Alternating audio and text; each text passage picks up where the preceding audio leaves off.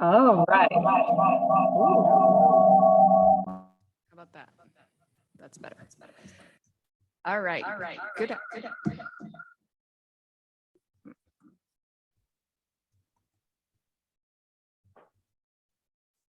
All right. Good afternoon. It is July 28th, and it is our July Citywide Advisory Committee meeting. We do have just a brief PowerPoint that we can give us a level set of where we're headed, but you do have the agenda. So hopefully you have a great idea of what is happening. We do want to welcome everybody and then really talk about what the CAC is and how we can be most accessible to our citizens and best serve the individuals that would like to participate in the process. And so we'll go through that. We also want to touch bases on our module 1 and 2 revisions outreach to let everybody know what we're hearing. And then we want to hear what you're hearing as well, because that is equally as important. And then we'll kind of dive in some of the key topics that would have risen to the top as part of that module 1 and 2 revision. And then of course, as always, we'll leave some time at the end for our attendee comments. But really, we have heard a lot from our community. Apparently, we have a really popular YouTube subscription. People are very interested in the zoning code rewrite, which is really important because we are growing together. And so we want everybody to be a part of that. But people have said, what is the CAC? And so we thought it'd be a really good chance for us to take a look and go ahead and review what that committee is, what they're charged with, and how they are participating in the process. And so ultimately, that's how we as a group are participating. So the Citywide Advisory Committee really it's a group of volunteers who represent a dynamic group of community members across all of our cultural backgrounds, genders, technical and personal experiences. And so it's a group of 20 individuals that applied for the position. It was evaluated to make sure that we had geographic areas that were represented all across the city, both genders, all cultural backgrounds, and to really make sure that we were capturing the true citizen experience. And really the group is a group of individuals that together we can share all of those experiences, whether they're professional or personal experiences, and they can function as a sounding board for all of the ideas that are coming up. They can kind of ground us, let us know what our community is thinking, and have we thoroughly vetted things as we're proposing them. Most importantly, those community members, they are reviewing all of these updates. They're providing us with guidance of all types, but they don't necessarily vote or have veto power. So they are really going to provide us some recommendations. We will share those recommendations with all of our decision makers. But really, this is just a board where we have experienced people that have technical expertise, personal expertise that can help contribute to creating a quality document as we move forward. We also have had questions about, hey, we love that this is accessible to us, but oftentimes we don't know who's speaking and who's commenting and providing those ideas. And so just if you could identify yourself before you speak, just say, hey, this is Andrea Tuning, and here are my thoughts on that. I will also try and participate in that. So if you forget, I'll try and be your backup, but that's okay. And then we also wanted to let everybody know that when we are in the live YouTube, we don't have closed captioning available. However, when we do post it for future use, those closed captions are available. So for any type of accessibility reasons, those are available to anybody that might need them. So that is kind of our welcome, really a reminder of what we are doing and how we can participate and be most effective and let our citizens know who is speaking when they are speaking. So I think that's a really good kickoff, and I'm excited to hear what everybody has to say today. Thanks, Andrea. This is Lindsay Mosier here. Just to kind of update you guys on what our outreach has looked like so far. We've had 2 of our 3 open houses already at the main library and at Hillcrest Library, and we have our final one tonight at Quail Hollow. So we have a hard cutoff at 5 o'clock as we have to get out to Quail Hollow for our last outreach. Whoops, that was too many.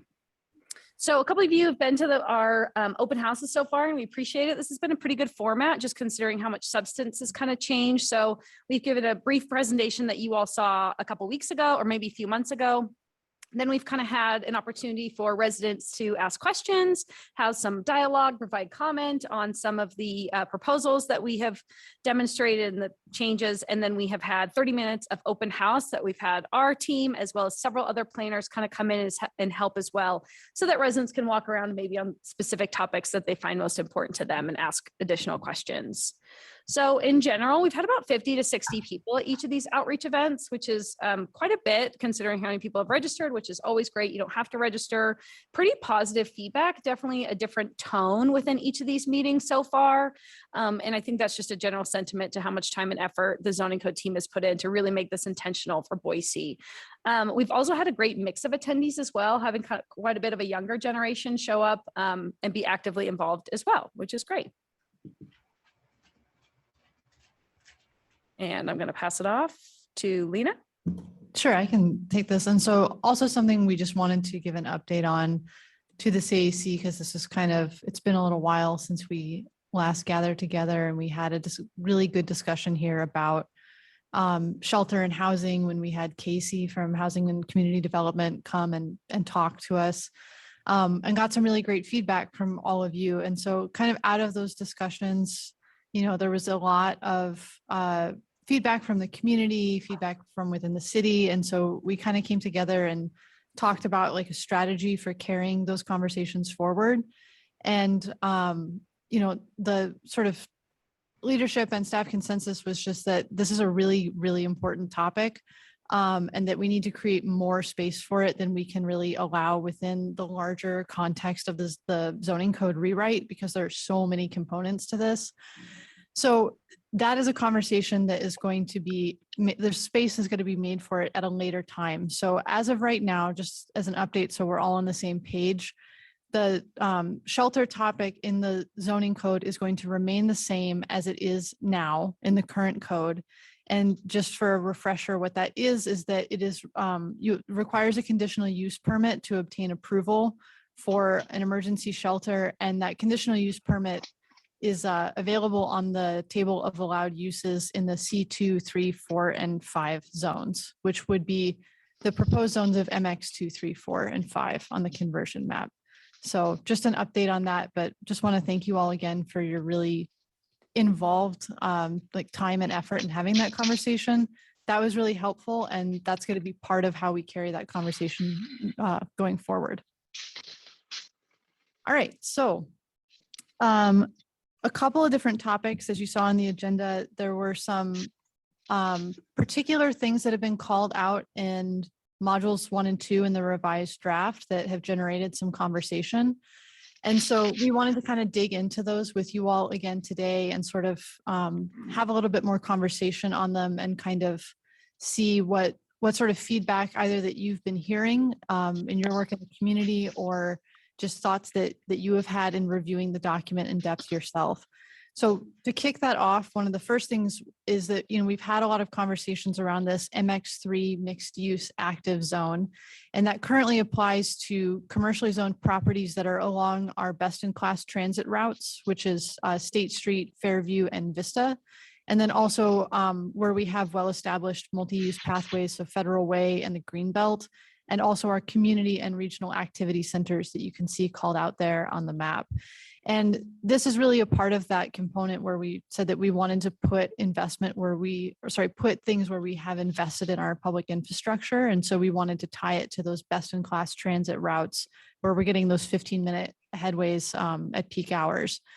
However, a really exciting thing about bringing this up as a topic is that a lot of people have looked at this and said, hey, well, what about Broadway? What about Orchard? Where are other opportunities that we could have it? And so having that be a sort of hot topic for discussion as we've rolled this out, we wanted to, again, thinking of the CAC as our sounding board, get some additional feedback from you all of your thoughts about the MX3 zone and whether our sort of method of implementing it, if you think that that's the right track, or if you would like to discuss, possibly expanding it to other parts of the city.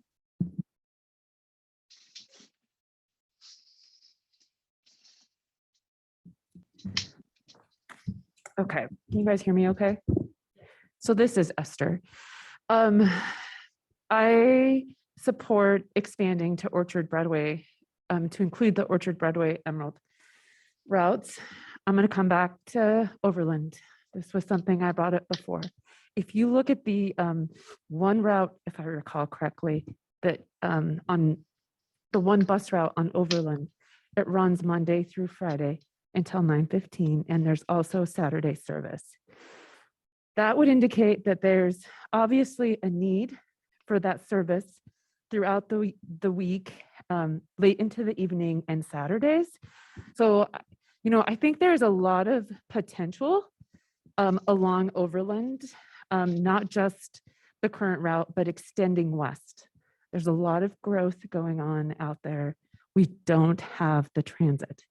So I would ask that, as we move forward, or as the city moves forward, that you look at Orchard as well. I'm sorry, not Orchard, Overland, please.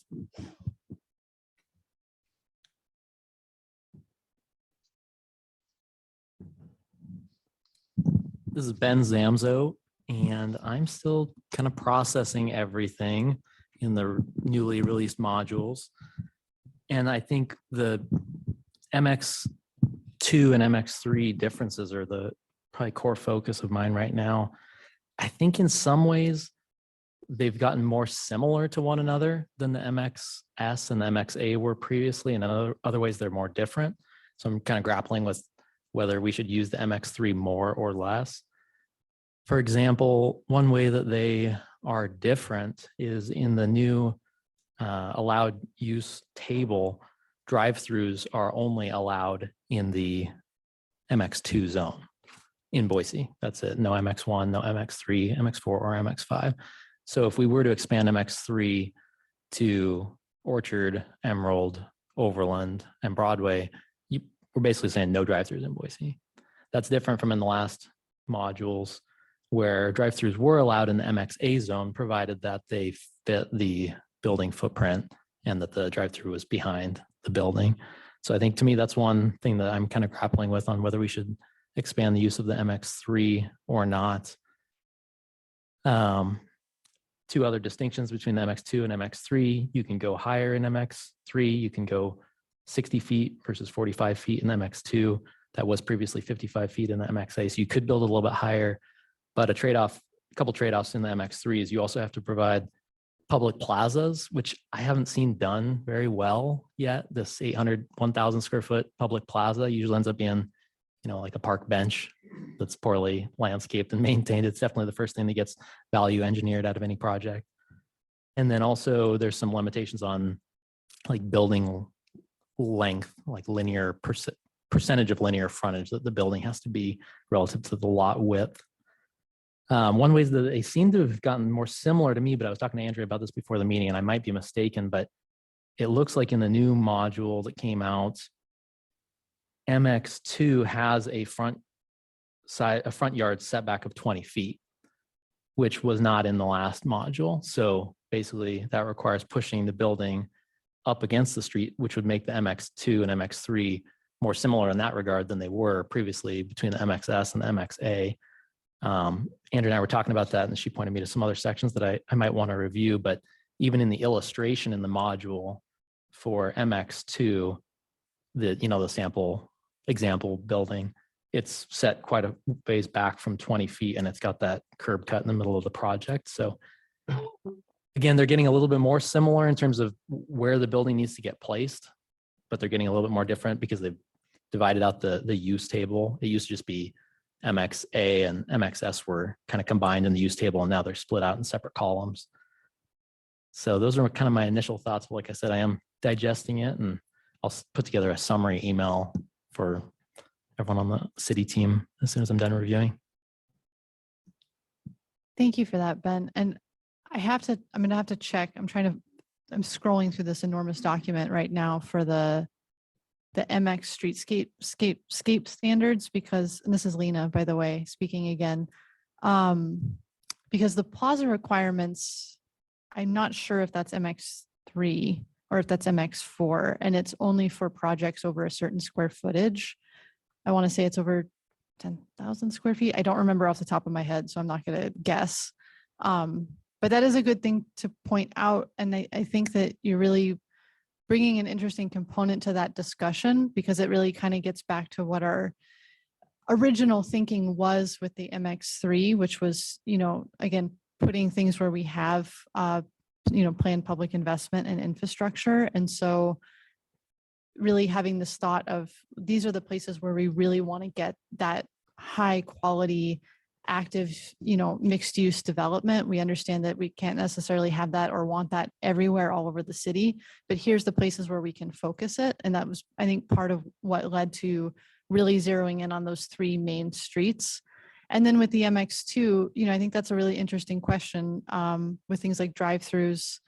I think that there's a balance that a staff that we were trying to strike of understanding that the MX3 zone is something that could be expanded over time when the investment is there, the potential for a rezone when the bus service, is improved or there's investment made in those areas. And so trying to find that balance between understanding that the MX2 is a zone that we need in our city and it's something that we need to have places for those kinds of uses, but also not wanting to lock ourselves into a development pattern where when we do get that public investment and we can see an expansion of that MX3, if the streetscape is just impossible to implement, then that's going to create, problems down the road. So all of these things are different factors that we're trying to juggle in this. So that's really valuable feedback. Thank you. Sure thing. And thanks, Lena. Those are great comments. On the public plaza, the way I'm reading it is and this is Ben Zamzo again, it's for parcels of land area more than 10,000 square feet, which is basically any commercial lot essentially. And in the MX3, it would have to have an outdoor public plaza or meeting area of at least 800 square feet. And that shows up in MX3 and is carried through MX4 and MX5 at different square footages, but is not present in MX2.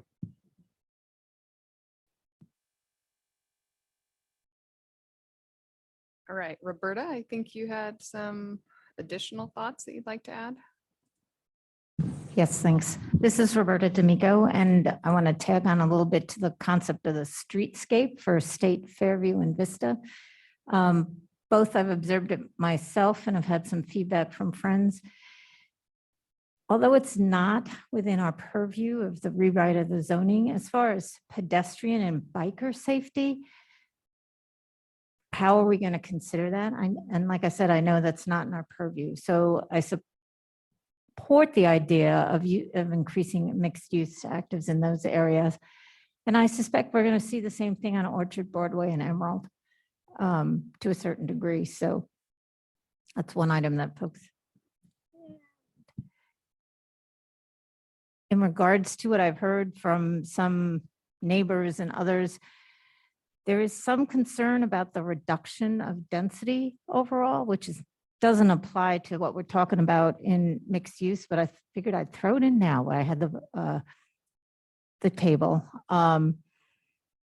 So I'll, in our effort to make more diverse housing, there has been folks express concern about, I like fourplexes, I like threeplexes, and we don't want to see those reduced. Thanks. Oh, okay. Okay. Thanks, Roberta. I think one important critical thing that we should take a look at is, so while we do not own or maintain our roadways, we do have the ability to shape what those look like. And so when we talk about safety for bicycles or safety for pedestrians, sometimes that is in the streetscape and where your sidewalk is placed. But oftentimes that can also mean minimizing access points to those type of roadways. So you minimize conflict points. We can also take a look at making sure that we do have connectivity, or we are providing safe access from point A to point B, or places of interest. And so you're going to find some of those things that are carefully woven in throughout the code. And so that is my personal lens that I think is really important. So I am taking a close look at that. So we know that we don't own or maintain them. We do have the ability to influence those decisions, though we also have the ability to frame our streets the way that we want to. So we are focusing on the people and how our people are moving about the city. So there are different components. So while we might not have direct control over some of those things, we can certainly influence them in other ways. And, of course, we can also work on our agency relationships as well to make those things even bigger. And then I also have a comment here that I think we should probably put on the record. Drew Alexander has noted in the chat that he encourages MX3 along all portions of State Street as well, especially as it abuts MX5 and existing R2. As on the map that's shown on the screen now shows there is a small gap that exists.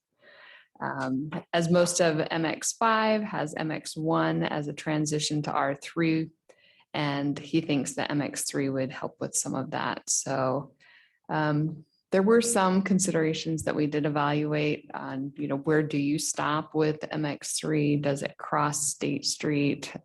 Is it on both the north and south sides? And ultimately, because north of State Street, you start to get into historic districts.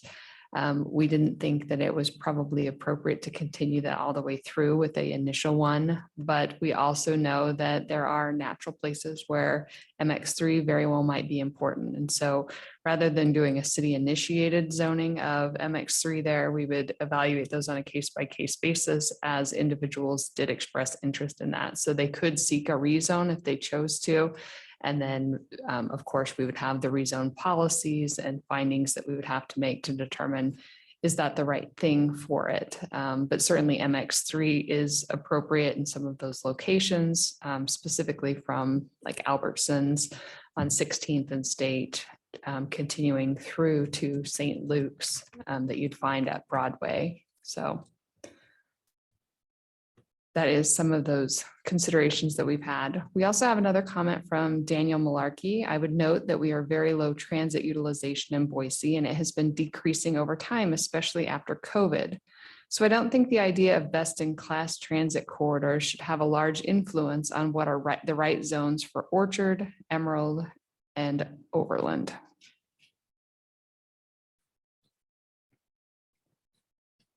And I can just add to that. I think that part of this framework is, I do want to be clear that it's putting it where we have planned public investment, which is tied to best-in-class transit, but it's also tied to where we have planned investment in creating place and streetscape. So State Street has a URD, which is going to fund infrastructure up and down the corridor over time.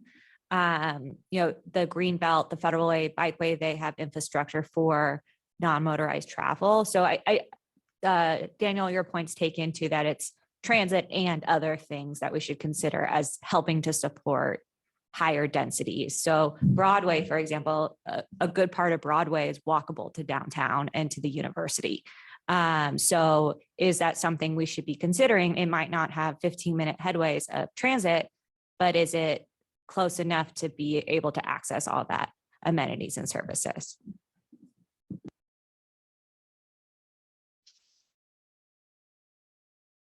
And I forgot that was Deanna.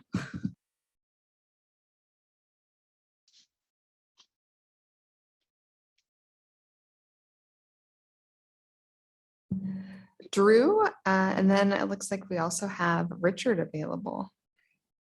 Yeah, a quick test. Can you all hear me? I'm on a different computer. I've never used it before. Yeah, sounds great. Oh, hey. Just a quick question on something you just said, Andrea. If you feel that it's appropriate now, what would be the hesitancy to just implementing that zone so that, part of the objective of this process is to not have those variances and rezones so frequently into the future. So if there's a zone that feels right now and it's appropriate, is that the plan to implement that on the conversion maps, or is it really a wait and see and almost encourage that case by case rezone request?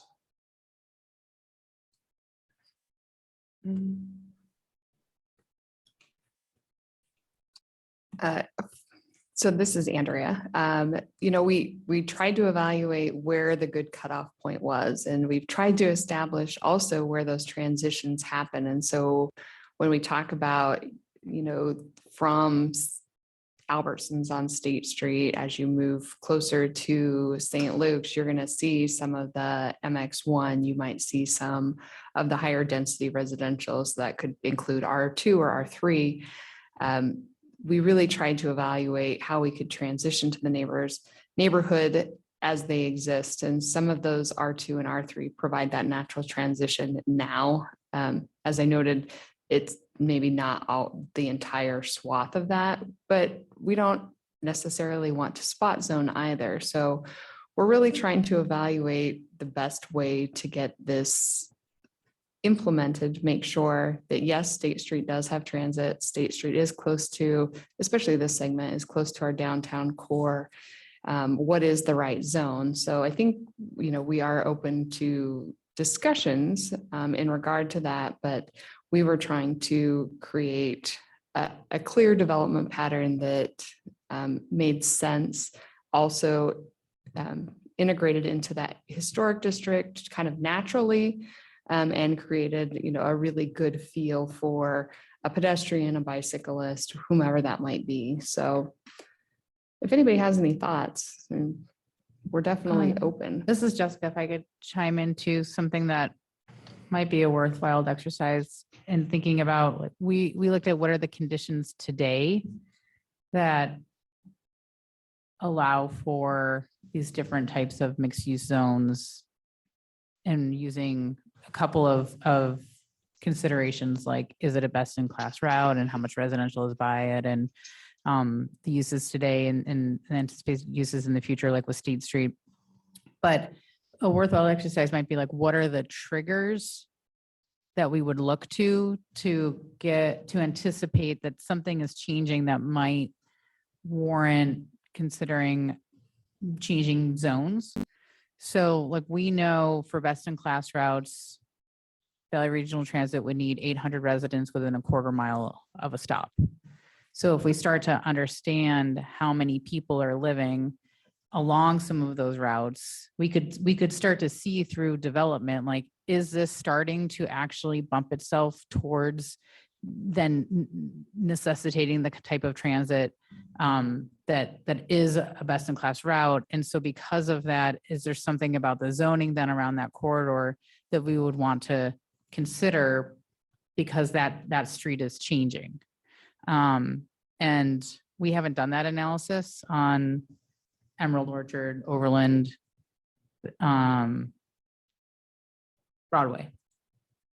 And we could kind of identify a couple of, map out like what, because we have rules throughout this of what zone why are you the zone today and why are you the zone in the future, but in the zoning code rewrite, but like take it one step further of, well, what else is it about these zones? Like, what are the characteristics? And can we say something else is similar for some other streets?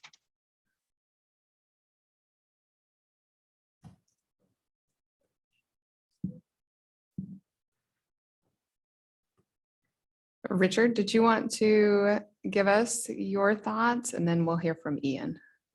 Sure, thank you. Can you hear me? Yeah. Great. Yeah, so Richard Llewellyn here. So jump back a little bit. I was a little confused then when Roberta was speaking about how bicycle and pedestrian safeway is in our purview. And thank you for those, your comments there, Andrea, kind of saying, well, it can be. I certainly see it as in our purview, regardless of ACHD and ITD's role in it as well. And that brings us to State Street, or really more accurately, Highway 44 in my neighborhood. So it's, and this gets to the idea of what is a best-in-class transit route versus actual transit or planned transit or actual transit, usable transit or transit stops. All these things are different things. And, you know, State Street, Highway 44 in my neighborhood, it for us, you know, when we see that you've labeled it a best-in-class transit route, it's kind of like living along a freeway and saying, oh, you get benefits from this freeway, even though there's no exits or entrances off of it. It's, you know, there's a 2 mile stretch without a bus stop, and as far as I can tell, no actual plan. You know, on a map, there is a bus stop at Bogart Lane, but we have never been given or seen a kind of the framework of how we'd actually get a bus stop there. And this is not an issue of density. You know, the density for these bus stops, it's already either permitted, or if you include Garden City and Eagle, multifamily along the corridor, it's already there. So it's an issue of policy, and it's an issue of following through on planning. And that also gets to, you know, the integration between what long-term planning does and what short-term planning does, and policy at City Hall.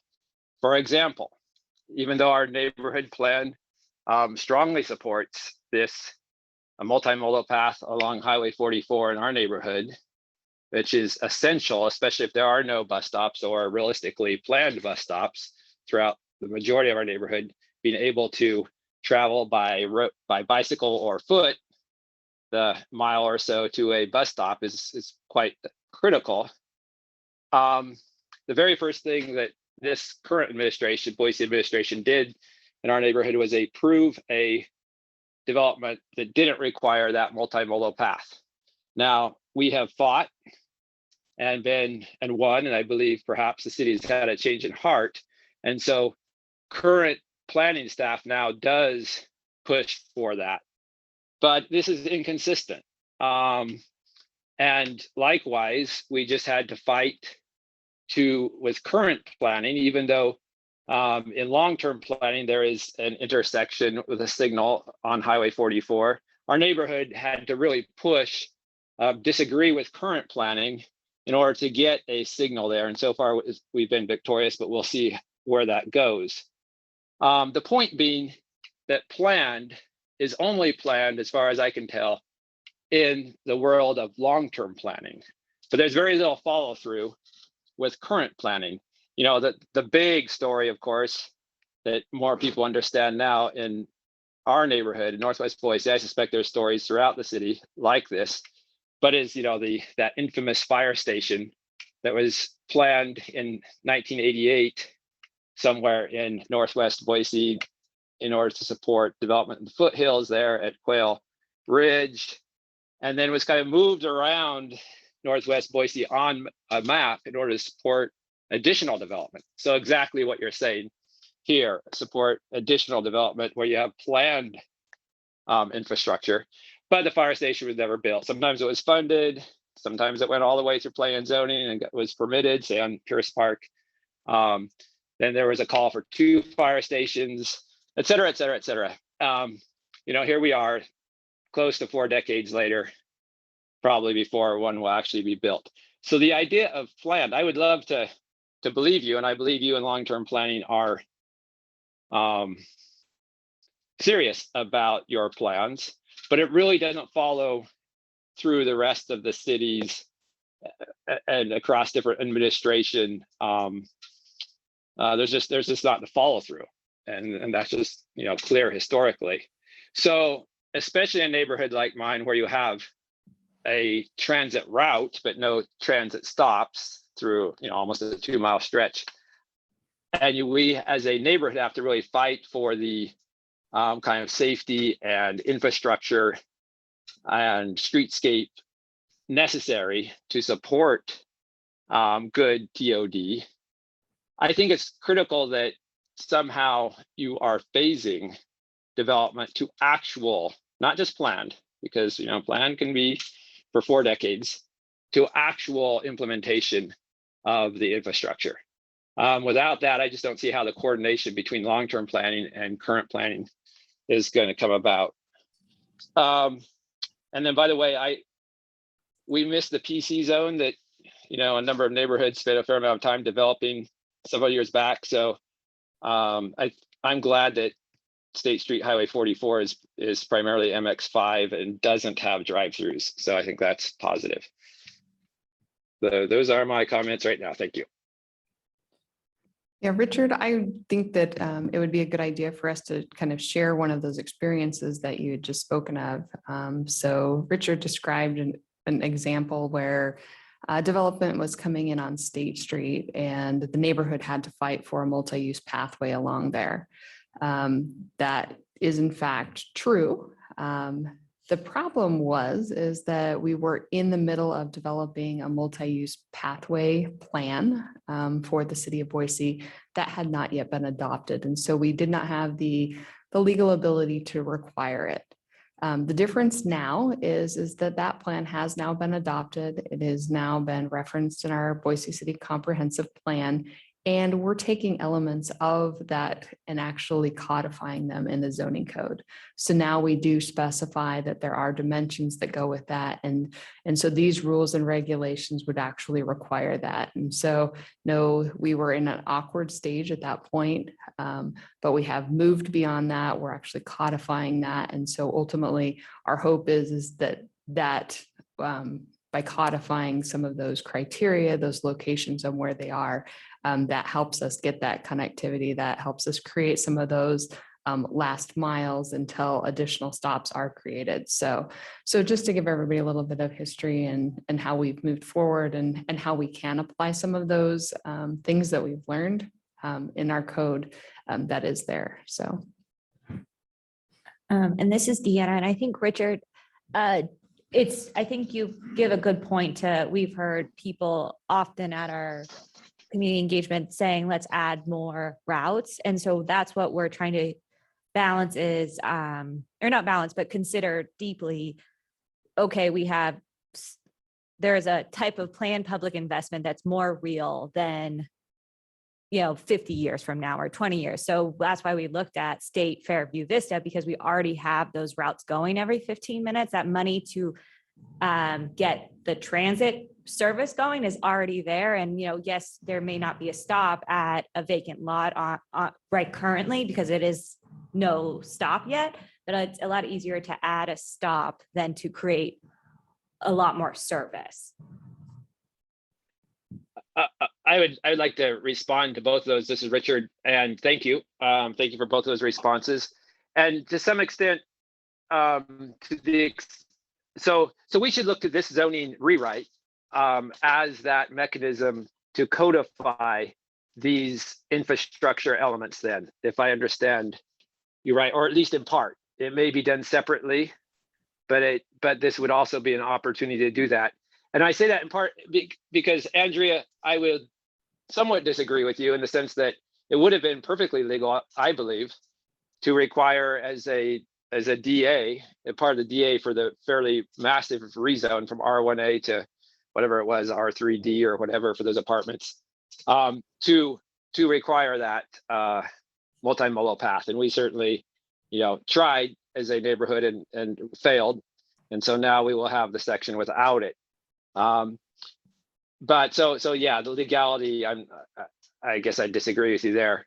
Deanna, could you just tell me then, because this isn't a matter of just saying, oh, we just want to have more resources or take the time, or there's actually riders available there at Bogart. I mean, could you just give me a description of how a bus stop would be implemented there along State Street? We can't have HOV lanes.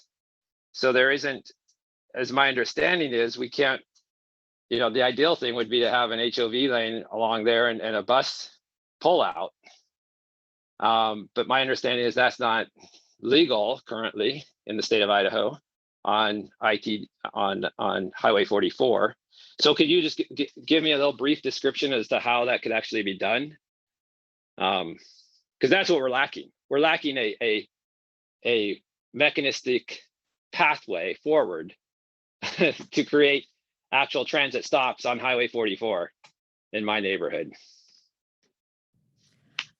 This is Deanna. Hi, Richard. I can't tell you every detail of how to build the bus stop, but I would say that's definitely something we've identified as a stop that folks are working on. And I guess it's just the point being that we have the service there. So the next stop is to make sure that we can get the stops there. So that I could get back to you, but I don't have the mechanisms right now in front of me.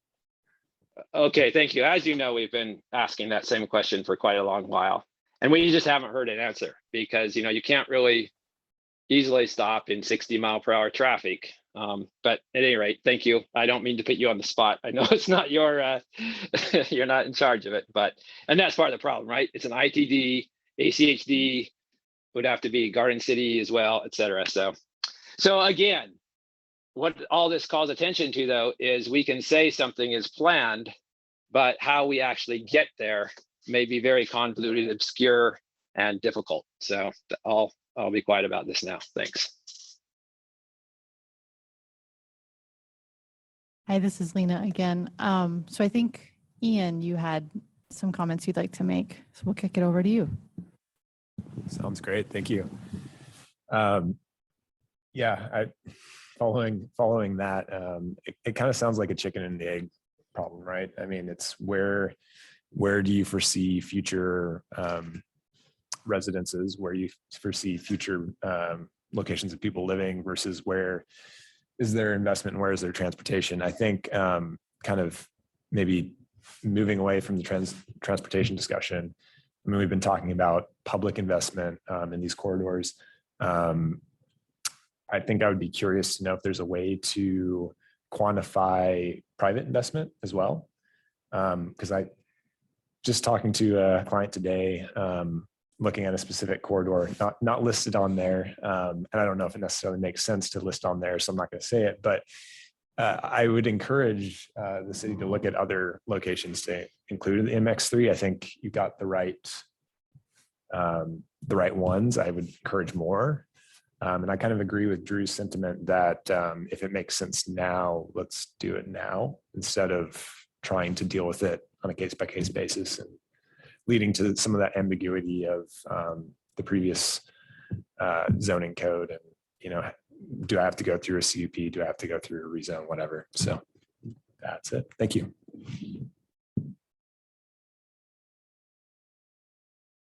Marissa, take it away. This is Marissa. So I don't think my neighborhood would be opposed to looking at Overland. It's really the only commercial district south of the freeway. I think what people would have an issue with, and this is just from experience and talking to a lot of people, is the adding the density without the ability to not keep cars off the road. And so like there is bus service on Overland. The stops that I'm thinking about are about a mile apart and they're really just like a pole in the ground on the sidewalk. But I rarely see a bus on Overland and I'm there like a lot because I live there.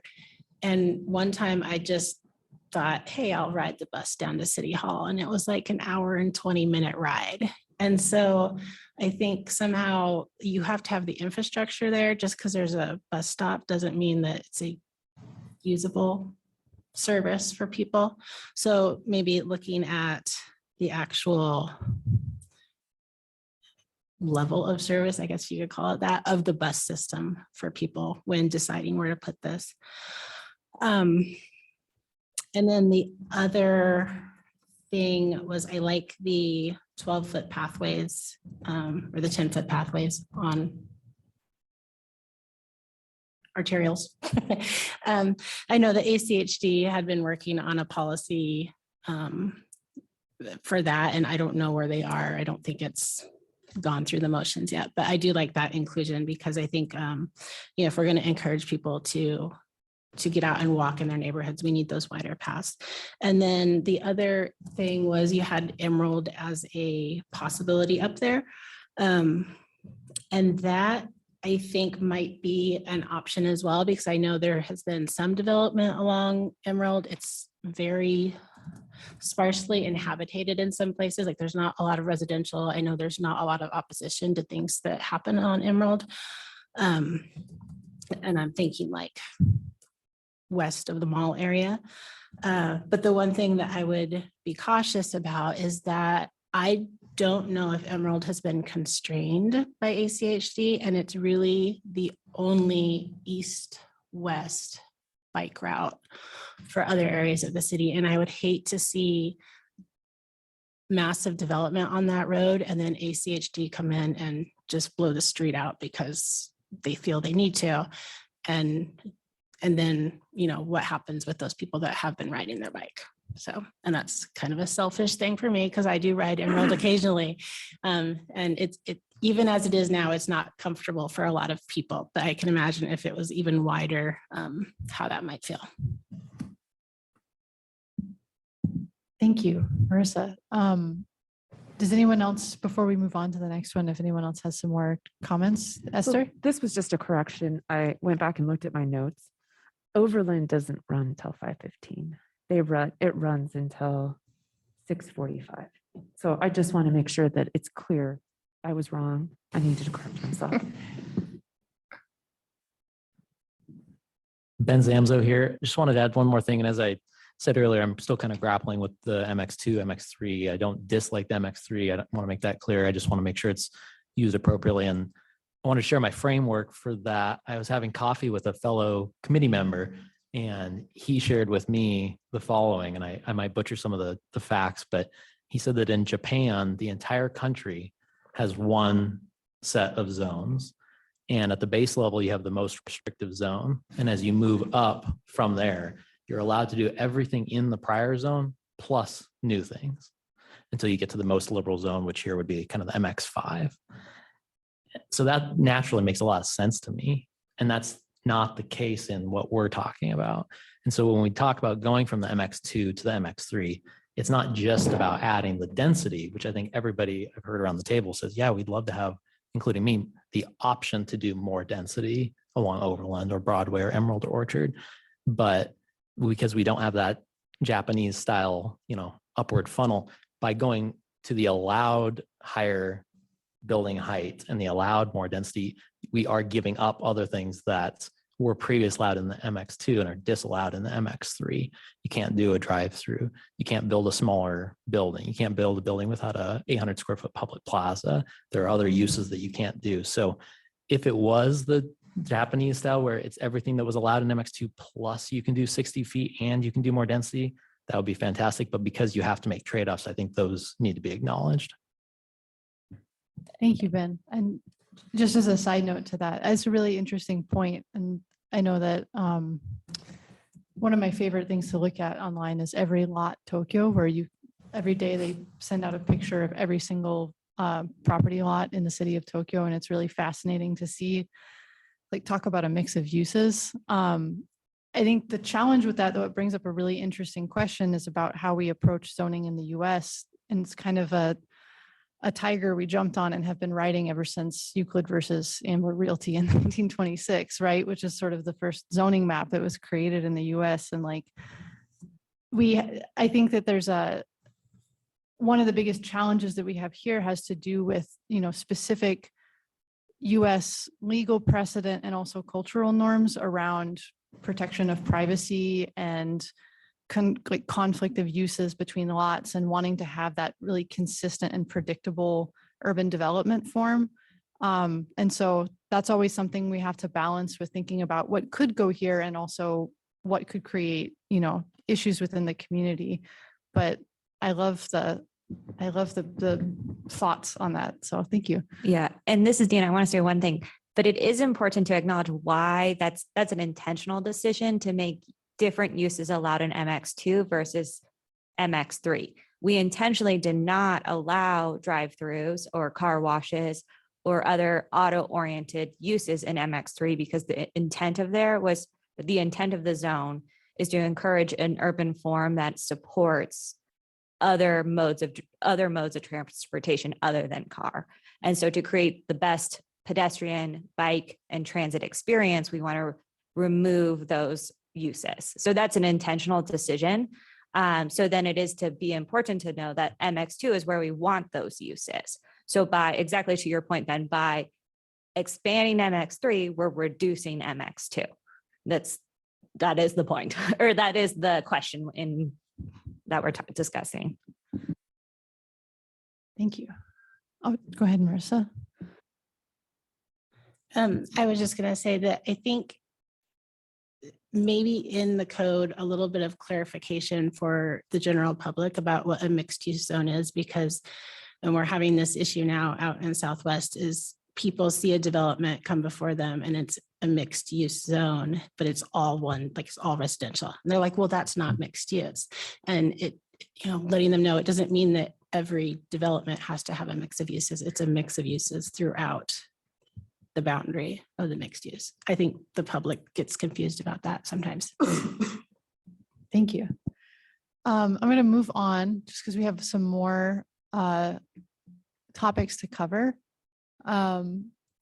So kind of continuing with the mixed use, and then we also have just for some context for how many slides we have. So we also wanted to talk about some of those infill incentives with the triplex and the fourplex. So Roberta, keep an eye out for that when we get to that topic. And then one more thing on the mixed use, there's also been some conversation about MX5. So the current standards for MX5 mixed use downtown is that there's no height limit, no density calculation, or parking or affordability requirements. So it's definitely the most liberal application of the ability to apply density in a mixed use zone. And there have been some questions that have come up from this that, in mixed use 3 and 4, and in these sort of like infill incentives, there's a requirement built in for affordability incentives. Sorry, is it mixing up my words there? Not requirement for incentive, but opportunities for affordability incentives. And so that was another question we wanted to bring up for discussion of thoughts on whether you consider that to be something that we should explore further or not. But yeah, I just want to open that up for a topic of discussion here. This is Ian. I'm just going to throw it right back at you and see if you have any suggestions of incentives that you could use in an MX5. We could do so this is Deanna. We have an incentive proposal for the MX4, which are the identified TOD stations on State Street, and it has a 60-foot height limit. However, if you provide 25% of your units as affordable and your building's built sustainably, you get no height limit, or you can exceed the height limit as much as you need, and you don't have a parking minimum. So that's a huge incentive for us to get that affordable housing, or it's an incentive. Where right now in the downtown, as it says, we don't have any caps. So we can't, it's more difficult to incentivize something when you have no caps.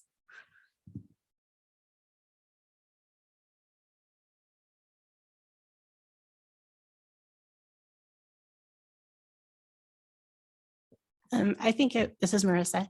I think it would be good to explore an affordability incentive, mostly just because downtown shouldn't just be for those who can afford to live there. We should be promoting inclusion of all people. And what tends to happen is you get these enclaves of neighborhoods where only very well-off people live, and all the lower income people get to drive in from the suburbs. And truly, like, the lower income people are then using their gas money, or it's more expensive for them overall. So I would like to see the city explore that. I have no ideas on it, but I think it's important. Byron, take it away. Thanks. This is Byron. So is it fair to say that the question really, or the problem for the city is the city, like other housing providers, have been tasked with with providing housing affordability, and by what mechanism is the city legally allowed to require that? And if it's not form-based, if it's not height limits or density limits, what is it? Is that a fair question, essentially, that's kind of the heart of this? And if it is, I guess that's rhetorical. If it is, then are there any other mechanisms that Boise legally can provide affordability? Knowing full well that like inclusionary zoning is not allowed in this state. are there any other mechanisms or levers the city can pull that anyone listening here should know about, aside from form-based requirements? This is Deanna. That's a great question, Byron. So that is what we hear when we've been presenting the zoning framework is let's have a requirement in zoning for affordability. And that's kind of the form-based control so that we can incentivize affordability. However, there's other incentives that are outside of the realm of zoning that we can offer in downtown and in other areas to support affordability. So one example is our urban renewal district, CCDC, the Capital City Development Corporation. They have and can continue to purchase land or do, they have different participation programs for developers to incentivize affordability. And that's usually through a financial incentive. We can also, as a city, purchase land and work through our programs that we have been doing to provide financial subsidy to developers to build downtown. It's just another one. Do we want to explore a zoning incentive? This is Byron again. Thank you for that. That's really helpful. So should we assume then if there's no form-based code, if none of these are acceptable answers, we really are kind of like painting ourselves into the corner with subsidy or public projects as in projects that the city of Boise initiates either through CCDC or otherwise subsidizes. Is that kind of like, is that what we're up against? Deanna, I would initially say yes. I'm not 100% positive off the top of my head, but I would say those are two ways that we know. There could be a process incentive, so it wouldn't be a financial incentive or a form incentive, but it could be some sort of process where it's sped up or something to that nature, which could also be in the zoning code. However, usually in downtown, the process is quicker than other areas of the city because it's already allowed. Okay. Yeah. Sorry to be dramatic. I just wanted to like lay out the stakes and just so everyone understood like what we're up against here. Yeah. Thank you. This is Diane, and I would just add that there's one other tool that is hardly ever used. I don't know if it is used at all, but under the impact fee requirements of state law, affordable housing can be excluded from impact fees. But however, that money still has to be paid somehow. So then the city would have to create a fund to underwrite that. But it does send a good message to development where they face pretty substantial impact fees. This is Ian. Maybe to piggyback off that, time is money. And so maybe there could be a expedited process for projects incorporating affordable housing. I know that the city kind of has a green, I forget what it's called, a green light process or something like that for sustainable developments currently. That could be encouraging for developers, I'm sure.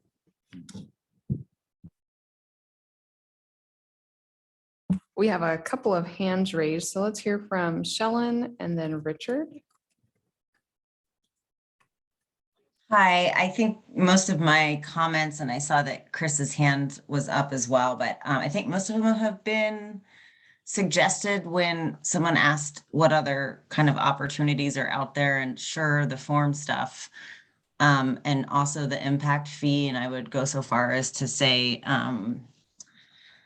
permit fees as well, whether that's deferrals, even the just deferrals to completion can help all developers, including affordable housing developers. Expedited entitlements and expedited permits, I think was mentioned, as well as any type of omnibudsman or project manager to help developers when they are proposing to do a certain type of development. In this case, we're talking about affordability, but you come in to do multifamily housing, a person helps walk you through what you would need to do and what you could do if you provided some of those units at affordable rates and how that would affect your project's entitlements and permitting, or just some ideas that I've seen used elsewhere and would probably be available in our state.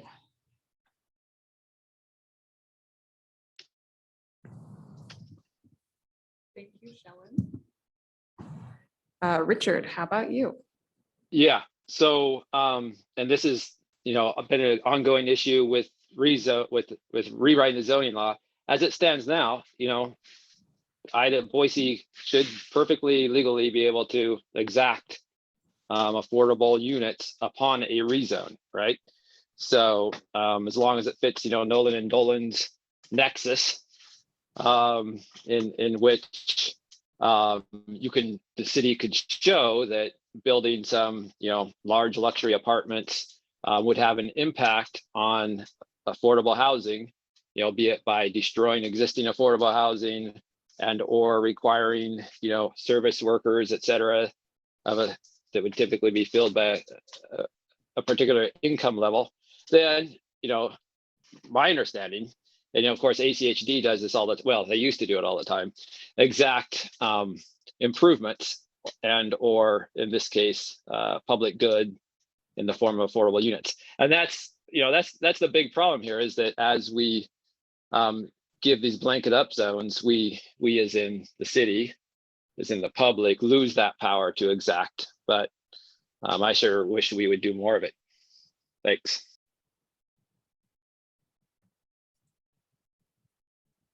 And Hillary, you have your hand raised. Would you like to share your thoughts with the group?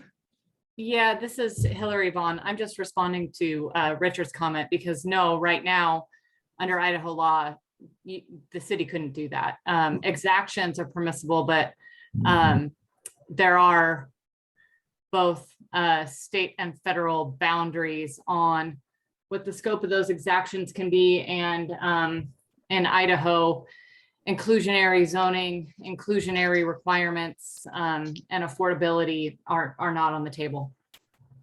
So I guess I'd like to hear more detail about that, because federally is it not controlled by Nolan and Dolan, in which No. you do show the nexus of the actual impact, and that is what creates the legal ability to mitigate the impacts of a development via an exaction. That was my understanding. So, and that's what controls, as far as is that not Nolan and correct? Dolan don't speak to Nolan and Dolan don't speak to affordability requirements. They do speak to and set federal precedent for how far you can go with exactions, but certainly states can be more restrictive than Nolan and Dolan. That's just the sort of Sure. outer boundary under the US Constitution. And the Idaho Supreme Court is the one that came down and said you can't do it. Well, you can't Under you the can't Idaho afford- Constitution. It's Right, not a right. federal So you issue. can't, right. So you can't have inclusionary zoning. That's right. But that's And not what we're talking about. It's not a permissible exaction in Idaho right now. Is- Otherwise, could you- otherwise could- we'd be doing it, but that's not, that isn't something that they can require. The city can't just say, you have to have a certain amount of affordable units. They can incentivize it, and that's why we're talking about that. But right now, Would you mind? can't do that. Would you mind putting the case law in the chat there, or if you don't mind, or just make it somehow available? Because I know that, yes, there was, the issue in Ketchum 4 or 5 years back with Scott Ludwig. But I think, just please put that case law in there, because that's a more specific reading than I'm aware of. Richard, I don't mean to cut you off. Sorry. I want to keep us on track. And again, thinking about that accessibility where we have people talking over each other, it's a little hard for our folks online if they can't visually see us to know who is talking and keep track of that. So just kind of for the sake of that clarity and to sort of keep it on topic, but certainly a good discussion and having that background for folks on kind of the legal underpinnings of why we talk about things like incentives is great. So thank you both. Are there more people online that wanted to speak to this topic?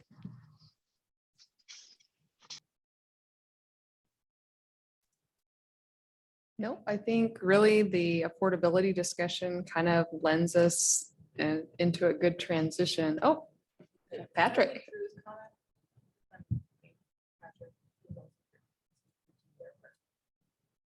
Okay, go ahead. Patrick, do you want to go? And I'll try to keep it brief, but this line of inquiry with MX5 makes me a little bit uncomfortable. There's a high demand to live in our city, and the downtown area has been a useful outlet to absorb quite a bit of that demand. And I know from like my reading of the empirical literature around various forms of inclusionary zoning, which is exactly what's being proposed here, but it's related to that potentially, depending on how the proposal develops, is that you have to get the numbers very carefully right to get what you want. And it's actually quite easy to end up with really kind of no building and no affordable units. 100% of zero is still zero. And that is something that scares me a lot, that if we chill development downtown, get minimal or no affordable units because the numbers don't work out, then we actually make our affordability, elsewhere, given a given amount of demand to live in our city. The affordable demand elsewhere gets worse. So this makes me uncomfortable to be thinking about changing the height limit, the density limit, the parking requirements, or adding additional major requirements for our MX5 zone that I think has been a really useful outlet for where much of our new housing has been built in the last couple of years. No, I think that's great. Drew has also had to step away, but he did leave us with some parting comments in regard to height, incentives, and transfer of development rights for our downtown. If Boise were experiencing projects consistently bumping up against their build-out potential, this might be a different conversation. Downtown projects often leave density on the table as is, and we aren't really seeing skyscrapers by any means. In fact, many of the taller buildings proposed either stall for several years or they go away completely. The idea of height limits and affordable housing incentives in that unique zone to unlock density potential seems odd. Our hands as local government in Idaho are tied extremely hard. And as unfortunate as that is, we shouldn't saddle our most flexible zone for development in this way to circumvent those state-imposed limitations. He strongly supports the development of affordable housing and hope that we can offer programs or policies that might be fruitful, rather than ideas like those could include project fast tracking or transfer of development rights by developing affordable housing to encourage those types of affordable housing developments. So we do have that as well. Byron? Thank you. This is Byron again. So I guess if we at some point in the future declare that form-based controls for affordability are something that we're not willing to do, Ian's earlier point really about process, and this is kind of something for module 3 probably. In my experience working with clientele, developers, anyone of any scale that wants to build in Boise, a very enticing incentive really is process, permitting process, entitlements. And if that is something that we have a lot of control over, and that's something that the city can become a partner in, along with maybe neighborhood associations, I can see that being a very successful incentive for a lot of people. Can't speak to the really, really big developers, but anyone that I've worked with anyway would see that as a huge benefit. That's helpful. Thank you. Do you have any other comments before we transition over? All right, great. So this is Lena again, and the next two sort of components of this conversation is still kind of discussing affordability and development in general, but this is specifically around our incentives for triplex and fourplex development. So the currently proposed standards are that a triplex or a fourplex would only be allowed within the can you remind me, Deanna, of which zones this applies to? Is it all the R1 zones? Yes. So in the R1 zones, A, B, or C, a triplex or fourplex would only be allowed if one of the 3 or 2 of the 4 units are affordable at 80% area median income for a rental product or 120% area median income for an ownership product for a period of 50 years. And they would also be required to incorporate explicit design and infrastructure elements that support clean energy initiatives or energy efficiency that would provide savings or, again, water-wise usage. And so our question here, we've heard a lot of feedback on this, some positive, some a little hesitant. And so the question really is, do we have this right? So the general feedback we've heard is that it's a great idea. We want to see a provision for affordable housing if we're going to expand, the ability to create slightly denser products in residential neighborhoods. But it's always a question of, do we have the numbers right and do we have the incentives right? So we'd love to hear all your thoughts on that. Patrick, take it away. This is Patrick.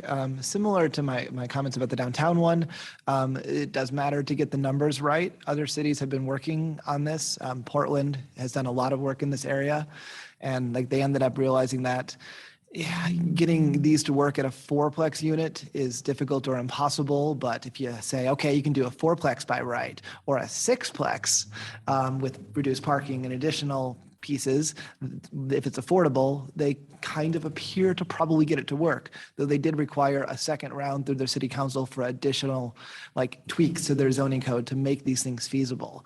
I think that's the core at the heart of this question, is that these are good outcomes if they can occur, if these things are buildable and the incentives line up so they actually happen.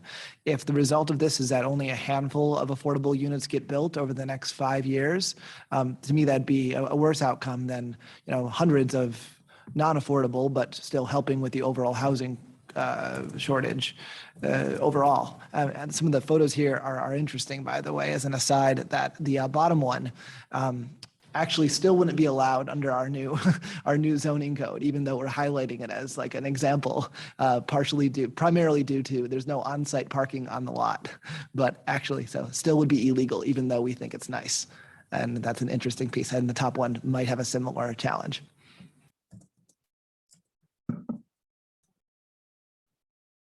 Byron? Thanks. Sorry to hog the floor here, but this is Byron again. I've talked with 2 local builders, convinced one of them so far in good faith to go through a couple exercises on the affordability requirements. We're not really looking at the sustainability requirements, but the affordability requirements for triplexes and fourplexes. And I think it's going to be a couple of weeks before we have any real numbers, although some of the early feedback that I've gotten from the builders that I've spoken with about this requirement, and of course, this will be done in good faith, right? We're going to try to figure out if 80% AMI all the way up to 120% AMI, if there's a sweet spot in there, or what the implications are by writing either side. Early feedback seems to, a lot of builders have been concerned in recent years about the public right-of-way improvements requirement. I think vertical construction seems to, again, very early, but seems to maybe pencil for the affordability requirements. But the site improvements that are required, specifically, this would impact anything on a corner, are fairly difficult to make that pencil. So even before you're out of the ground, the site, improvement requirements, specifically curb, gutter, sidewalk, stormwater, although stormwater is going to be necessary no matter what, those requirements sort of set the project back before you've even gotten any lumber, arriving on site. So that is in the purview of the city. That's one thing that maybe might be another component to this, that especially if some of the right-of-way requirements are building sidewalks that don't connect to anything right now. That's another consideration, really. So I think as we kind of move forward on this, maybe some of the answers here are going to be kind of nuts and bolts answers as we drill down on the numbers, let the builders run their pro formas and find out if there is where we are in that range and whether or not 80 to 120 is the right number, or if we need to increase that. I think as we get those finished, the intention is to come back to all of you and talk about it. So thank you. Marissa. So this is more of a question than a comment.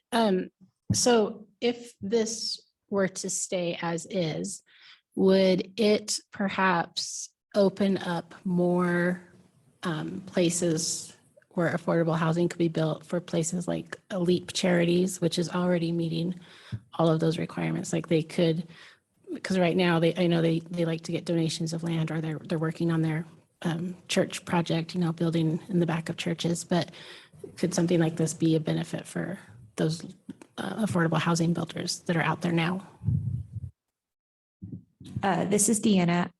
I would just initially say yes, because it's going to expand the parcels that more housing options can be built on. So if LEAP does fourplexes, there's going to be now more parcels they can purchase to build a fourplex on. So there's more opportunity, where right now we're restricted on areas where a fourplex is allowed in the city. And my follow-up to that is I think some of, at least my understanding was, some of the intent was to keep larger developers from going into existing neighborhoods and buying houses that are already there that may be affordable now, and then building something that is a luxury type housing within our existing neighborhoods. And that won't affect all existing neighborhoods, only those that don't have the CC&Rs to protect themselves. So like I said, I think we would need to see some numbers like Byron said, but I like the concept of it as it is.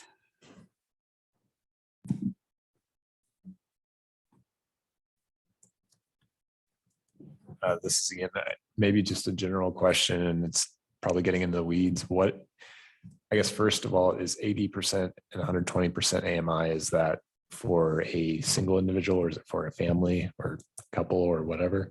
And then what ultimately is the average median income? So what would 80% of that be? What would 120% of that be? And I don't know if we have the answer tonight, but I would be curious to know that, just to kind of better think about this. Yes, so that median income is actually established annually by Housing Urban Development. I think Deanna's looking up at that now. So we should be able to determine that for you, but ultimately it's based on your family size. So if you are the buyer or renter and it's just you, it would be a calculation of a single person household. If you have additional members of your family, it would obviously add those. So I'll let Deanna go ahead and share that information. This is Deanna. Yeah, thanks, Andrea. So our median income for a single person or a single person household is, so 100% of median income, which is median income, 61,000 a year about. So 80% for a single person would be someone earning 47,000 about, or less would be. So then say we did a 4-person household. So this would be scaled for however many people would live in it and how many bedrooms. So if it were a 4-person household, they would have to earn 67,000 to be at 80% area median income. So that could be 2 adults and 2 kids.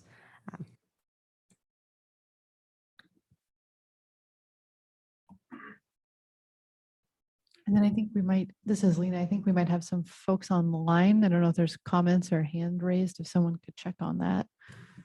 It looks like Chris has his hand up, so let's hear from him.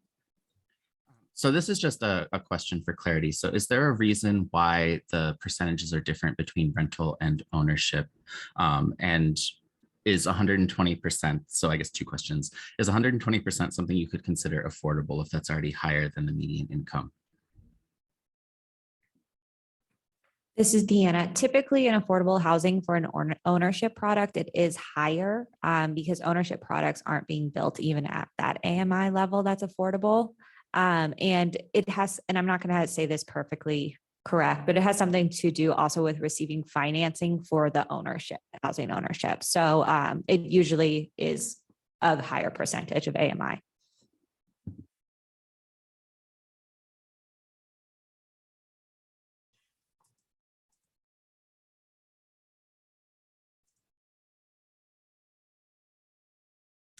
Shellen, I think you have something you'd like to add.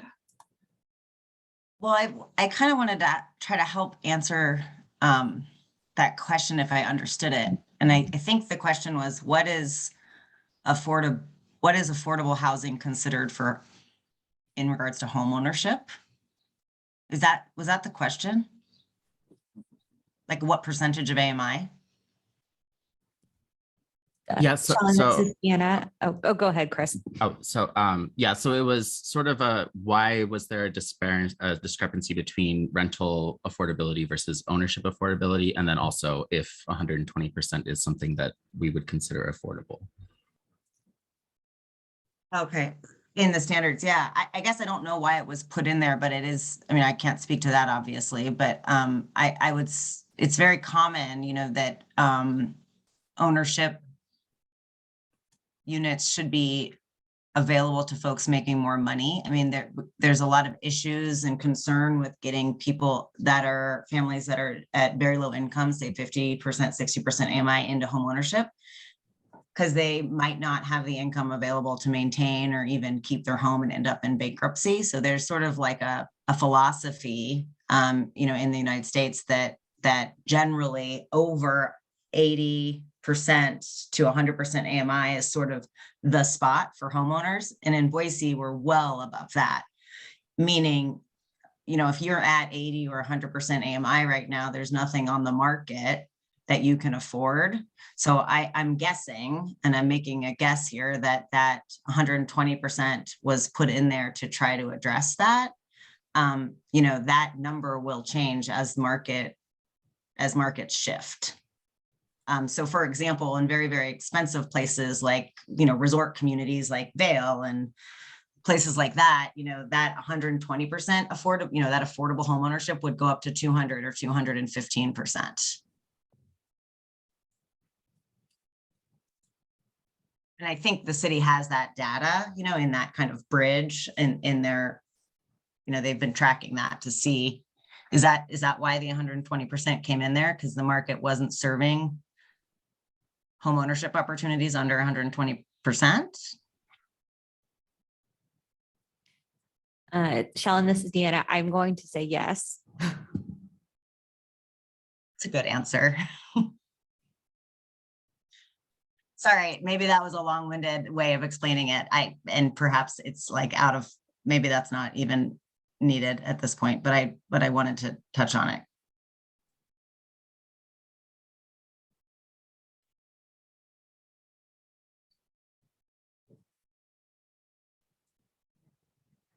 Byron, do you have another comment? Yeah, just really quick. A question for clarity, I guess, when we're talking about 80% AMI for rental products and the deed restriction that goes along with that, is that the rents are able to fluctuate as AMI changes over time? We're not locking in the AMI rental rate at the time of the build, just for clarity.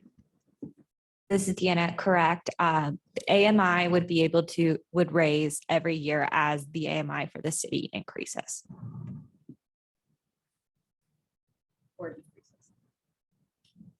This has been one clarification. So it's the AMI, there's a corresponding rent for an 80% AMI income person. Do you know what those are? This is Deanna. Lindsay's going to put it in the chat, but what we consider affordable for anyone is when they're not paying more than 30% of their income towards housing. So if you're at 80% AMI, your affordable rent would be 30% of your income divided by 12. Marissa?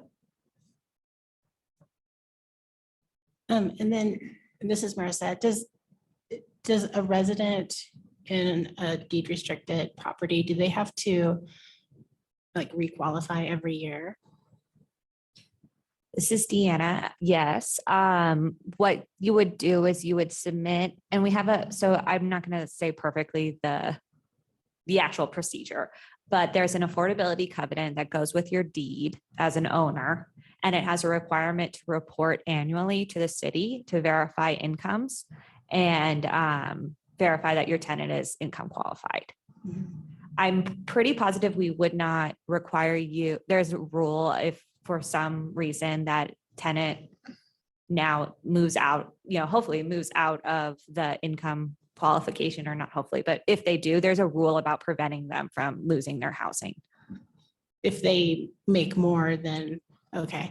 Because I know that in my social work career, I've ran into like a single mom in particular who was making like minimum wage. And then she was offered a job at like $14 an hour, and she couldn't take that job because that still wasn't enough to afford housing. So she had to stay in the lower income job. It was just this really sad dynamic that she had to work through. And I don't want to prevent people from like moving up, but people will make that choice to just stay where they are if they can, if it means, staying housed or going unhoused.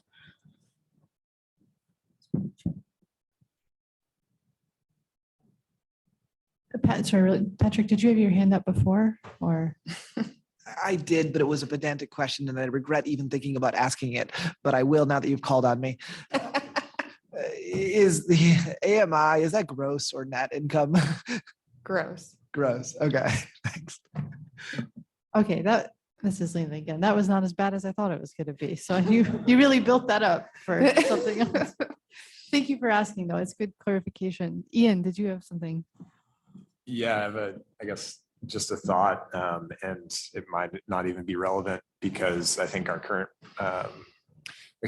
residential zones allow for it. But one thing I saw on the East Coast in my former life was people would build out their basements for a secondary dwelling essentially, and then that would be affordable through the city. The city would pay the rent or subsidize the rent of the tenant. Obviously, we can't do that here, but is there anything preventing people from doing that now? I think the answer is probably no, but I don't know.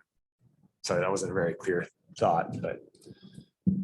No, so if it's an approved housing unit, you could certainly rent to whomever you choose. So whether you have an accessory dwelling unit, a duplex, triplex, quadplex, whatever you might have, you have that ability to do that now.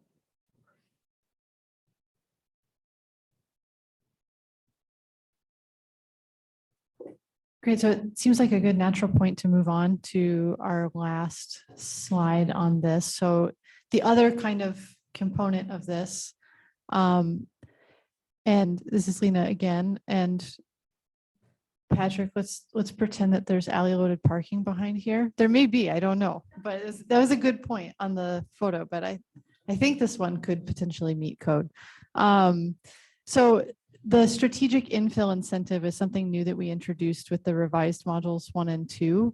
And the way that this works, just as a refresher, is that there are specific locational and other criteria requirements. So proximity to a collector or arterial, you have to have a certain amount of frontage to allow for, excuse me, parking, and there's other requirements involved. But basically, if you met all of these specific criteria, then you would be eligible for this infill incentive. And you can see it laid out in that table there of you could do up to 3 or 4 units with no restrictions, 5 to 8 units if one of those units has affordability restriction, and then 9 to 12 units if 2 of those units are provided as affordable at 80% AMI.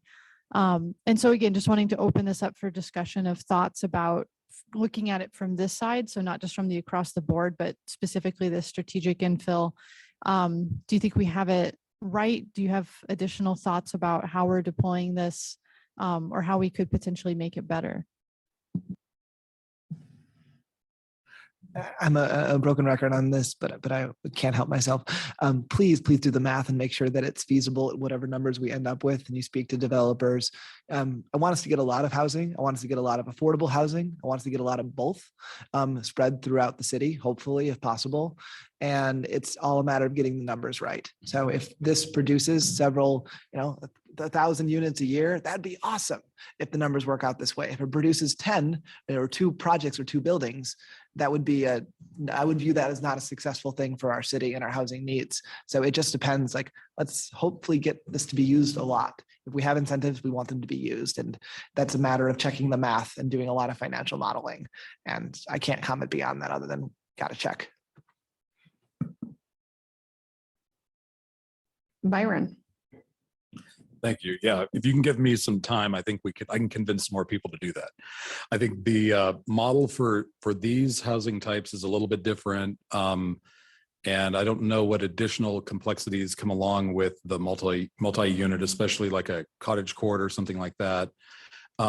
Our best day really is though, if we can demonstrate that we can build these at 80% AMI without any special requirements, if most of the units really come out that way, then I think that's the hope, right? Is to be able to find a housing type that is kind of that magic middle ground that we haven't seen before. That is one of the promises of missing middle housing, right?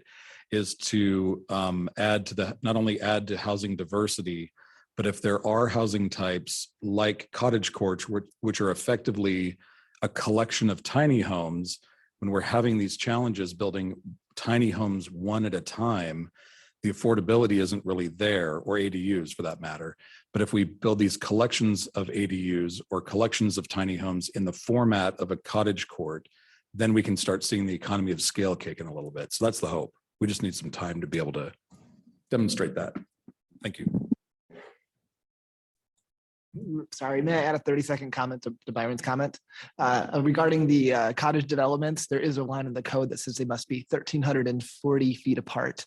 So any economies of scale will be difficult to get with it as written, because they all have a little circle of an exclusion around each one you build, which I would like to get rid of that line in the code if somebody would let me. But that's a challenge there. And for the record, that was Patrick.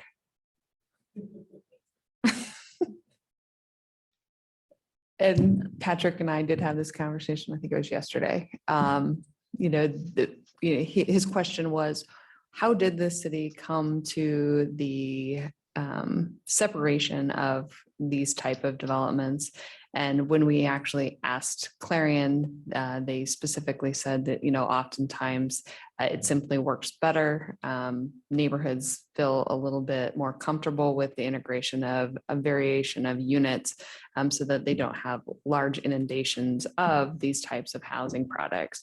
The other thing is we actually have a person on staff that worked in a different jurisdiction, and they actually had a problem in their community with tiny home communities that were coming in back to back. And so we went ahead utilizing best practices of what some of the other jurisdictions are using. But if somebody does have thoughts or ideas, I think we're open to those types of things. This is Deanna. And Byron, you're talking economies of scale on site. So if you could build 7, 8, if you could fit 7 cottages or ADUs on site, the question is that a high enough economy as a scale versus, getting a full block and building 30 of them at once? I mean, obviously 30 would probably have a greater economy of scale, but trying to test if 7 could do it. Yeah, exactly. Yeah. Incrementally, project at a time, there probably is a good answer or a right answer for how many cottage courts any given block can support, right? And then that's going to be kind of an emotional answer for neighborhoods as well. How many existing homes come down? What is the tolerable number for that to happen in order for us to gain these other housing types that can kind of support the neighborhood as well? Yeah. Yep. But the economy of scale, start with the project and then see if it goes wider. Yeah. And Richard has his hand up. Richard? Yeah, thanks. So related question, I was asked this and I couldn't answer. The setbacks are still controlled by the underlying zoning. Is that correct? That is correct. Okay, that's all I had. Thanks. I have a question for Shellen, if she's still on. I'm listening to Byron and I'm listening to Patrick, and I hear you, and the numbers do need to add up, but I feel like we need to have something somewhere. And by saying, no, don't put it in there because it's just not, we don't think it may not work. And it may end up being a worse situation than what we currently have.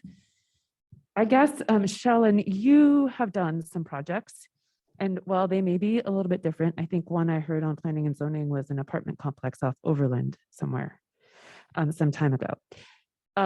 So what are your thoughts? Again, you could say you don't feel comfortable sharing them, and I totally understand. I want to get perspective from someone who's in the business. Another person who's in the business, I should say. So, hi, this is Shellen. I guess there's a handful of people on in this group that are very much in the business. So I guess honestly, I'm not totally clear on your question. Like, are you asking, like, is it better to have something even if it's not perfect in the Yes. code? Yeah, Yes. I mean, I'm kind of like a C+ type of person, and anyone who knows me will agree. Like, you can't strike down good for the purpose of perfect. You'll never get there, right? Like, so you got to start somewhere. If that's that, I strongly believe that. I mentioned it in the chat, but I think it's really important for us to understand, that land use and zoning is a critical piece of the affordable housing puzzle. And it is critical. There's no doubt. But there are many, many other pieces that we don't control. That's not our job to control. It's not in the purview of this CAC. And so we need to get as much room for land. I believe we need to get as much room for land use and zoning to allow for affordable housing. And I think that in many cases is by right. And then hopefully get other groups talking about the programming and the coordination and the funding and all the other many, many pieces of the puzzle that have to come together to actually create these units. Because what I see happening in Boise and all sorts of communities is they create, a housing bonus ordinance, or they create a new zoning code, and they have incentives for affordable housing or even inclusionary or whatever, and they don't see immediate increase in affordability. And that is the nature of construction and development. It takes years to get many projects going. So yeah, I totally believe we should try it. And yeah, I believe we need to have a lot of patience because it's not going to happen overnight. Does that help? Or I'm sure other people on this call Thank have you. even And better. I apologize. You're right. We have a lot of folks in here who are involved in that side of the business. I'm sorry. I just had heard her on planning and zoning, and I was like, oh, wait a minute. So I appreciate your input.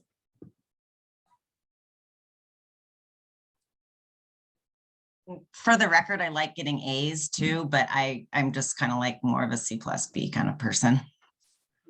This is Diane, and I think we all, the staff, the consultants, the community, we all want to get this right. But in every effort like this that I've been involved in, there's a shakedown period. And I think when this goes, and this is jumping ahead, but and I'm sure staff has already thought about this, but as we go ahead and go through the adoption process, there probably needs to be a very affirmative statement in its adoption that we're going to look at this in a year. We're going to look at this in 2 years. We're going to do a continuous review of it and tweak it, because there's probably more than just these important issues, but those little tiny ones as well that aren't going to work.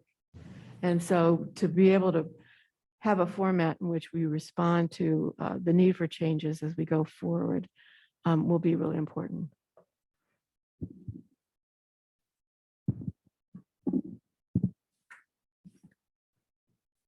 Thanks, Diane.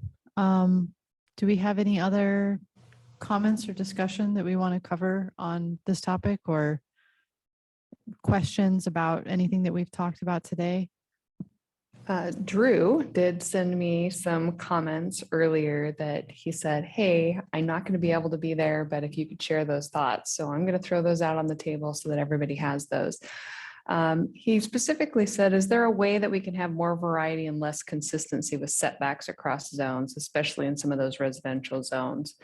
And so, I think we will take a look at how you can do that. Obviously, the goal is to provide predictability, to provide a natural patterning, and to make things integrate. And so we'll be evaluating that.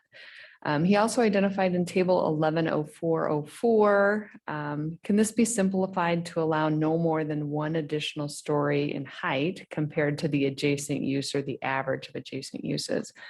And this table is specifically in regard to some of those small lots. So it began as what we called the substandard lot of record design requirements, but as we have written the zoning code, there is allowances to even go smaller than what we would have as a traditional substandard lot. And so we've tried to adapt that based on feedback that we have received from residential neighborhoods saying, you know, that was a successful program for us in regard to setbacks, open space, massing.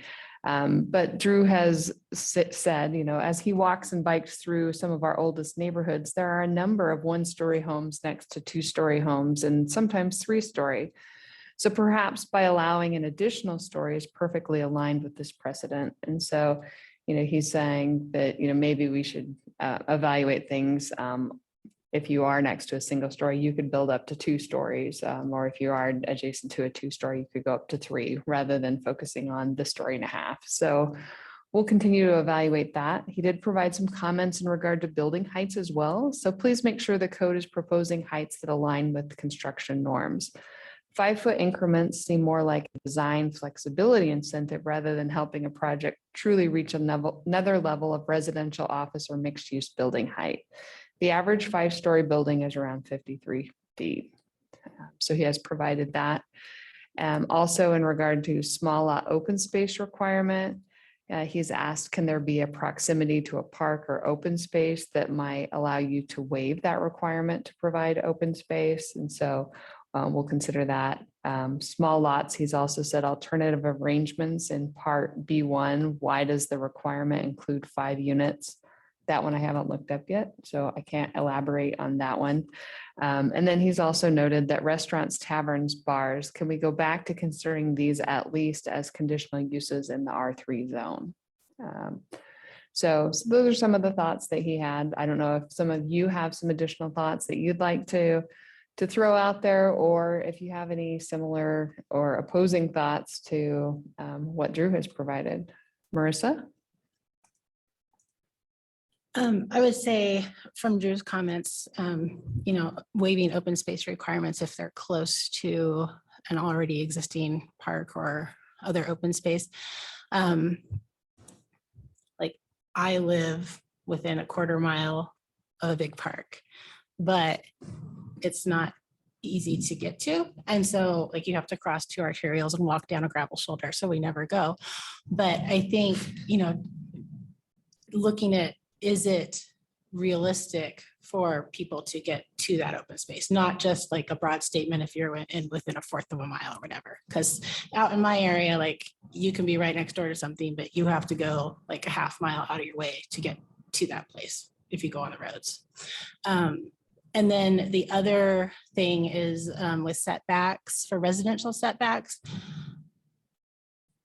I would say like neighbors generally, especially for new subdivisions, I don't know about infill, how they might feel about this, but for newer subdivisions, people generally don't care how close the house is to the street in the subdivision. But if it's coming up against existing housing, they definitely care what the backyard looks like, just because it creates that buffer for privacy and whatever. And then the other kind of pattern of development, which I've thought a lot about, is, you know, it seems like in the city as a whole, we kind of have these segregation, like we have the single family houses and we have the apartments and we have the townhouses. And I see that being replicated on a much smaller scale in the new developments that are coming in. Like the one that's going in next to me, we have the single houses over here, and then the apartments or the townhouses are up here, and the duplexes are over on this side. And I would really love to see like all that stuff combined, like every other lot is a different type of housing, which may not pencil out for developers. I don't know, but I think it would go a long way to just people being a lot more accepting of different types of housing. If I were to develop something, that's how I would do it. So that's all.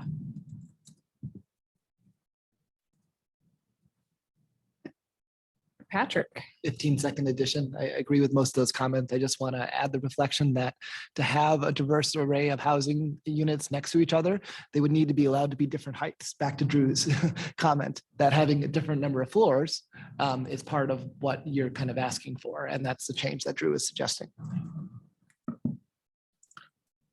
And we also had another comment come in online from Hillary, agreeing with Drew's comments regarding restaurants and bars in that R3 zone. These are often considered amenities by residents, and they help create the neighborhood feel that we're often trying to achieve. So they should at least be conditionally allowed. So. This is Deanna, and I want to just add a different side to that. We have allowed what we're calling neighborhood cafes, which is a commercial up to 2,000 square feet. It can be operated between 6:30 a.m. and I want to say 10, and it can serve food and alcohol. So it's not, so above that would be considered a restaurant or a bar. So ultimately, think you have to provide a food to complement your beverage.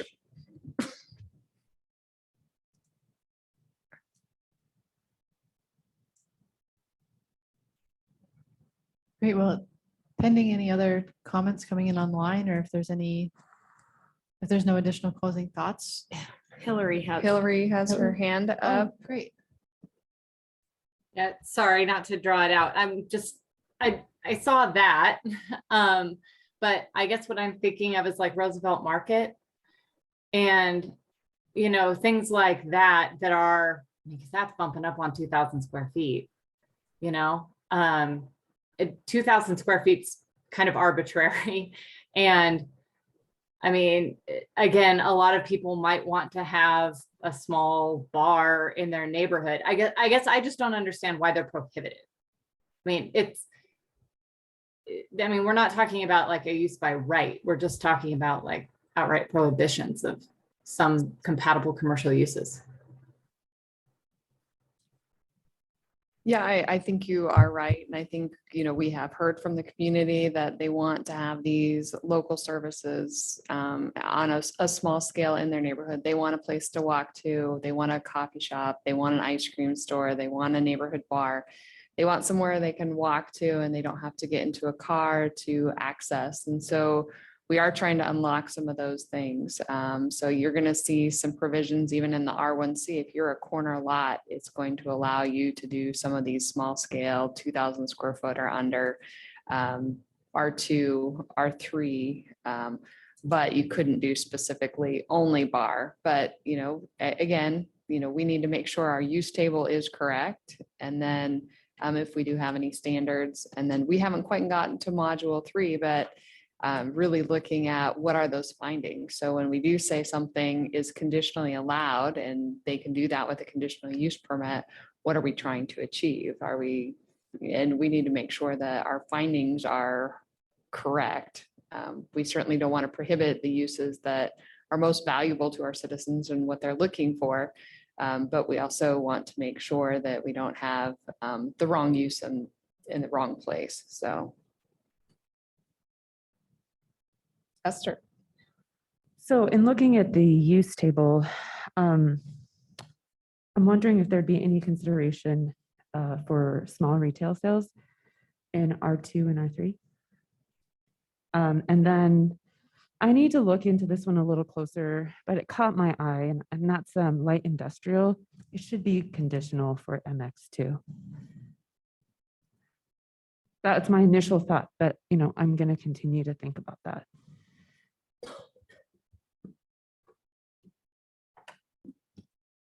This is Deanna. Esther, just to your first point, I think, and if not, we've given this revision, we want to allow small retail also as part of that neighborhood cafe. So up to 2,000 square feet.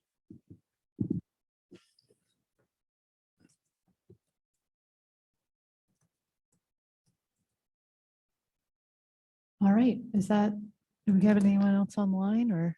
We don't have any attendees, no fan club today.